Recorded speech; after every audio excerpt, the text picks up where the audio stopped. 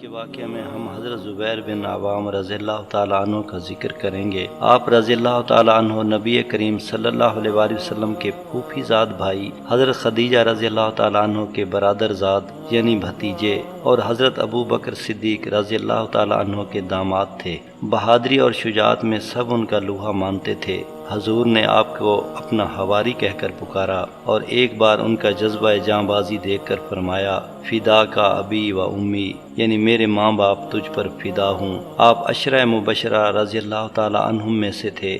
آپ رضی اللہ تعالی عنہ کا ابتدائی ذریعہ معاش زراعت تھا، مگر حضور صلی اللہ علیہ وآلہ وسلم سے تجارت کے فضائل سن کر آپ نے تجارت بھی اعلیٰ پیمانے پر شروع کر دی۔ آپ ایک بول اور ایک تول کے اصول کے تحت تجارت کیا کرتے تھے، اس لیے آپ کا بیان ہے کہ مجھے عمر بھر کبھی کوئی نقصان یا گھاٹا نہیں ہوا۔ اب ذیل کے واقعات سے آپ کے تمول کا اندازہ لگا لیجئے۔ پہلا یہ کہ مدینے میں آپ کے 11 مکانات تھے جو بڑے عالی شان تھے۔ بصرہ میں بھی آپ نے 2 مکان بنوا رکھے تھے اور مصر و کوفہ میں بھی کئی کوٹھیاں تھیں۔ نمبر 2، مدینہ کے آس پاس آپ کی بہت سی زمین تھی۔ خیبر میں بھی آپ کی خاصی جاگیر تھی اور مقام جرف و عقیق میں بھی آپ کی بہت جائیداد تھی۔ نمبر 3، آپ کے بے شمار غلام تھے جو کاروبار میں آپ کا ہاتھ بٹایا کرتے تھے، مگر 1000 غلام آپ نے ایسے رکھے تھے جو روزانہ اجرت پر کام کرتے اور شام کو جو کچھ کما کر لاتے آپ وہ سب کا سب اللہ کی راہ میں تقسیم کر دیا کرتے تھے اور اس میں سے ایک پائی بھی اپنے لیے نہ رکھتے۔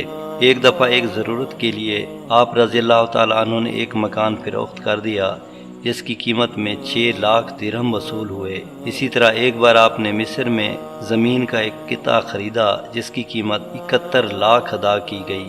آپ رضی اللہ تعالیٰ عنہ نے جب انتقال فرمایا تو 22 لاکھ روپیہ قرض نکلا۔ اس کی وجہ یہ تھی کہ لوگ اعتماد کرتے ہوئے عموماً اپنا مال آپ رضی اللہ تعالیٰ عنہ کے پاس جمع کر جاتے تھے، لیکن آپ رضی اللہ تعالیٰ عنہ احتیاط کے طور پر سب سے کہہ دیتے تھے کہ امانت نہیں بلکہ قرض کی حیثیت سے لیتا ہوں، آپ کی رقم آپ کو مانگنے پر ادا کر دی جائے گی، اور آپ ادا فرماتے رہے اور مزید لوگ آپ کو رقوم دیتے جاتے۔ چنانچہ ہوتے ہوتے اس طرح 22 لاکھ کے مقروض ہو گئے۔ آپ کے بعد آپ کے صاحبزادہ حضرت عبداللہ رضی اللہ تعالیٰ عنہ نے غیر منقولہ جائیداد کا کچھ حصہ حوالی مدینہ سے فروخت کر دیا جس سے 5 کروڑ 2 لاکھ ملے۔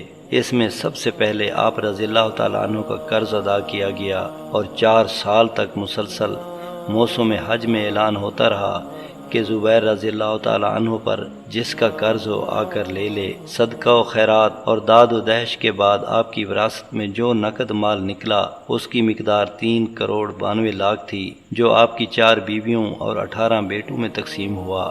آپ کی بیویوں میں سے ایک بیوی کو جو شرعی حصہ ملا وہ 12 لاکھ تھا۔ طبقات ابن سعد میں اس کی مقدار 11 لاکھ بتائی گئی ہے۔